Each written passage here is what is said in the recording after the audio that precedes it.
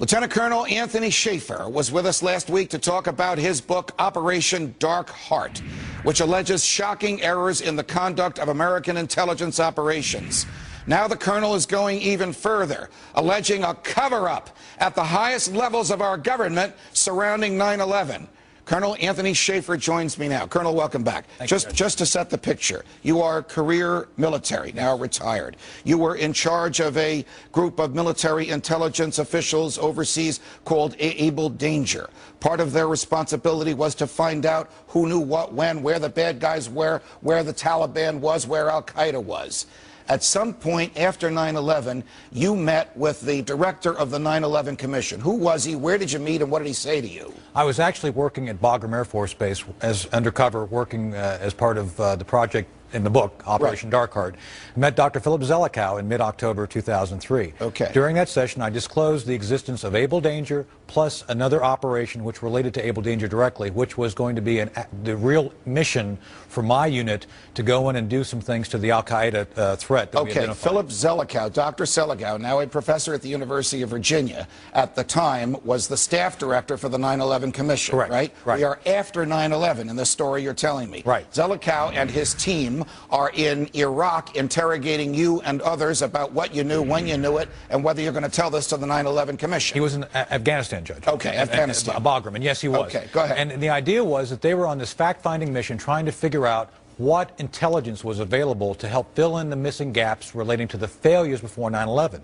I volunteered to my Army chain of command and said, they may already know about this. As a matter of fact, they probably do. But just in case they don't, here's a one-page summary of what I want to talk to them about, and I'd like to give them the background on Able Danger. All right. You have given me a copy of that summary. You have given me a copy of your notes of your conversation with Professor Zelikow. Yes. And one of the things says, I'm quoting this directly, Colonel, CIA undermined sub-sources. What does that mean?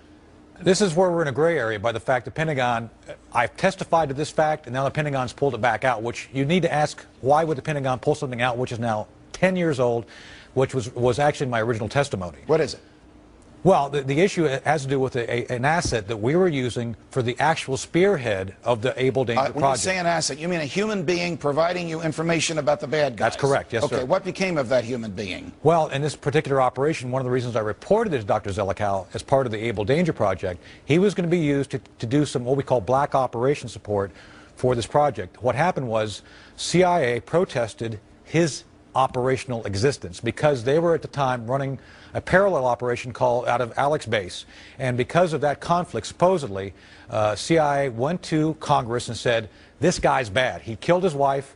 They're not talking about you. They're talking about the asset. Talking about the asset. The person in Afghanistan. Yeah, they used the excuse of that he supposedly killed his wife and ran drugs, which most people did. Did this guy provide you and the Defense Intelligence Agency for which you worked, the Pentagon, with actionable information? He was consistently doing that, yes. He was consistently doing it. And the CIA wanted him neutralized because he was your asset and not theirs. That's correct. Is that fair? That is correct. All right. Did Michael Scheuer know anything about this?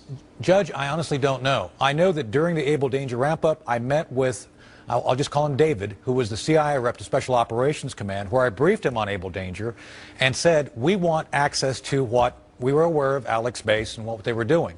We asked for access, and we were told, if you get the information and you're successful and we're not, you'll take credit and we won't get credit. When you met with David, he called you Chris. Do you guys always use undercover names even when you're dealing with each other? No.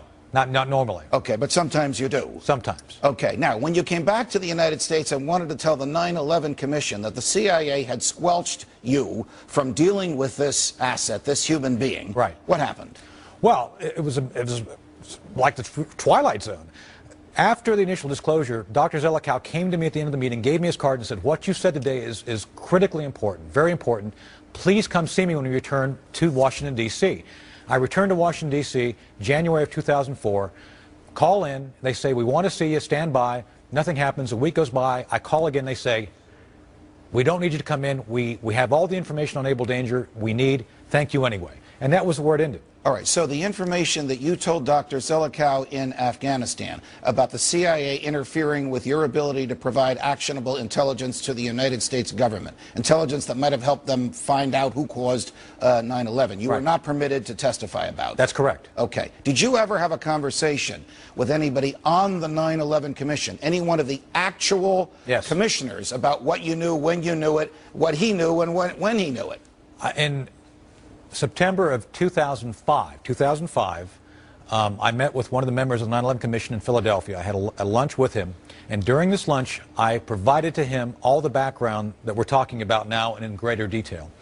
During that meeting, he confirmed to me that he had never heard any of this, and had he heard of it, it would have been something that was very much of interest to he and the Commission. All right, at the time you met with this 9/11 commissioner in Philadelphia in 2005, correct me on my dates, the 9/11 report, that 500-page monstrosity that a lot of us, certainly in this business, read, had it been published yet? It had been published and out, yes. Okay, so it was published without the benefit of what you knew. Right. Did you ask him at that lunch meeting in Philadelphia whether or not anybody on the 9/11 Commission had an agenda or was covering up for somebody or was protecting somebody?